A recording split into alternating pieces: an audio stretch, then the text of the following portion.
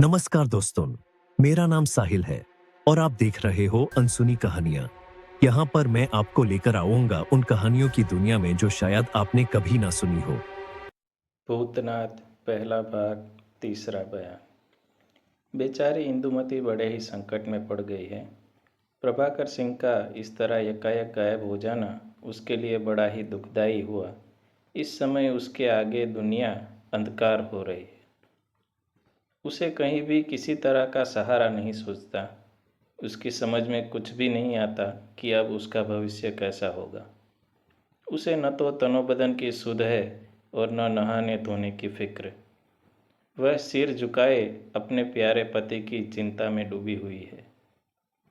गुलाब सिंह उसके पास बैठे हुए तरह तरह की बातों से उसे संतोष दिलाना चाहते हैं, मगर किसी भी तरह उसके चित्त को शांति नहीं होती और वह अपने मन की दो चार बातें कहकर चुप हो जाती है। हाँ, जब जब उसके कान में ये सब पड़ जाते हैं कि भूतनाथ का उद्योग कदापि वृद्धा न हो सका, वह जरूर प्रभाकर सिंह को खोज निकालेंगे और ये अपने साथ लेकर ही आएंगे, तब तक वह चौंक पड़ती है। आशा के फेर में पड़कर उसका ध्यान सुरंग के मुहाने की तरफ जा पड़ता है और कुछ देर के लिए उधर की टकटकी बंध जाती है। इस बीच में इंदु ने कई दफ़े गुलाब सिंह से कहा कि तुम मुझे अपने साथ लेकर इस सुरंग के बाहर निकलो, मैं खुद मर्दाना भेष बनाकर उनका पता लगाऊंगी। मगर गुलाब सिंह ने ऐसा करना स्वीकार न किया, जिससे उसका चित्त और भी दुखी हो गया और उसने रोते कलपते ही बची हुई रात और अगला दिन बिता दिया।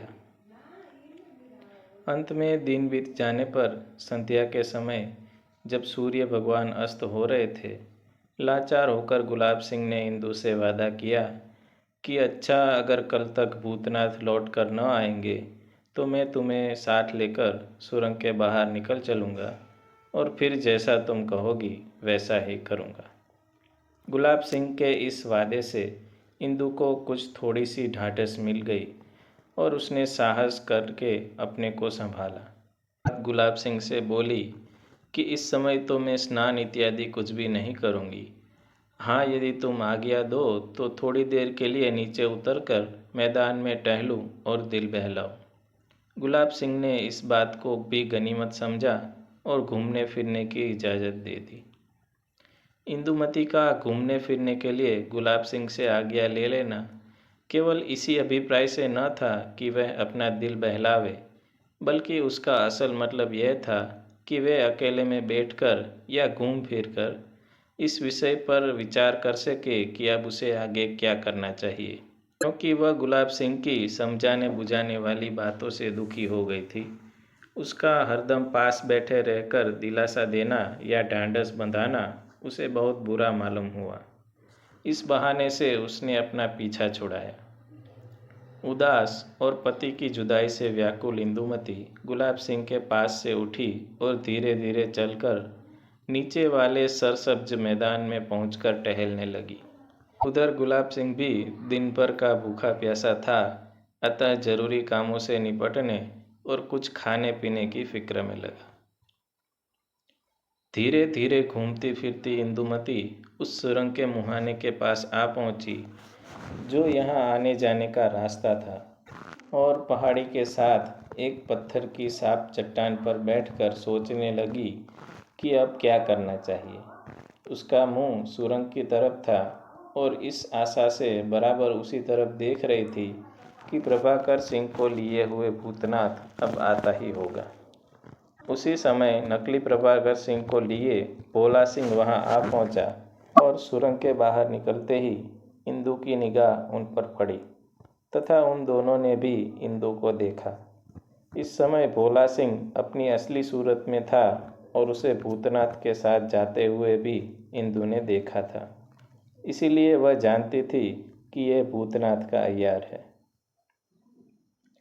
अस्तु निगाह पड़ते ही उसे विश्वास हो गया कि भूतनाथ ने मेरे पति को भोला सिंह के साथ वहां भेज दिया है और भोला सिंह सुरंग से निकलकर 5 कदम आगे न बढ़े होंगे कि प्रभाकर सिंह को देखते ही इंदुमती पागलों की तरह दौड़ती हुई उनके पास पहुंची और उनके पैरों में गिर पड़ी। हाय, बेचारी इंदु को क्या खबर थी कि यह वास्तव में मेरा पति नहीं बल्कि कोई मक्कार उनकी सूरत बनाकर मुझे धोखा देने के लिए यहाँ आया है। इस पर भोला सिंह के साथ रहने से उसे इस बात पर शक करने का मौका भी न मिला।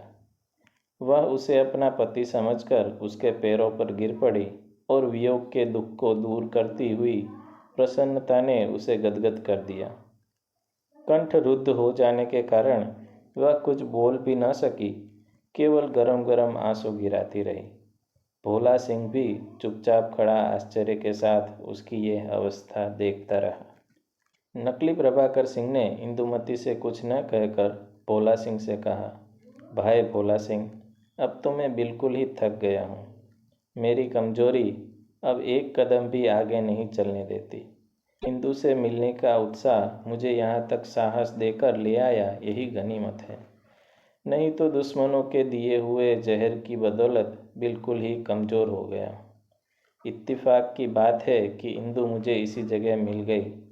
अब मैं कुछ देर तक सुस्ताए बिना एक कदम भी आगे नहीं चल सकता।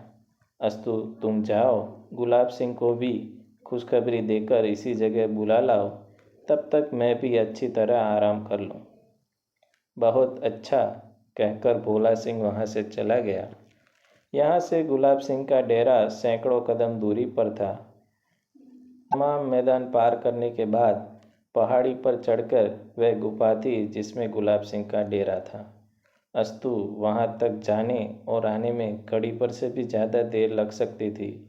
तथापि भोला सिंह दौड़ा दौड़ा जाकर गुलाब सिंह से मिला और उन्हें प्रभाकर सिंह के आने की खुशखबरी सुनाई। उस समय गुलाब सिंह रसोई बनाने की फिक्र में थे, मगर ये खबर सुनते ही उन्होंने सब काम छोड़ दिया और प्रभाकर सिंह से मिलने के लिए भोला सिंह के साथ चल पड़े।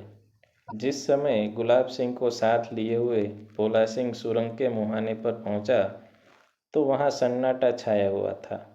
ना तो प्रभाकर सिंह दिखाई पड़े और ना ही इंदुमती नजर आई। ऐसी अवस्था देख भोला सिंह सन्नाटे में आ गया और अब उसे मालूम हुआ कि उसने धोखा खाया। वह घबराकर चारों तरफ देखने के बाद यह कहता हुआ जमीन पर बैठ गया, हाय, मैंने बुरा धोखा खाया। प्रभाकर सिंह के साथ ही इंदुमती को भी हाथ से खो बैठा।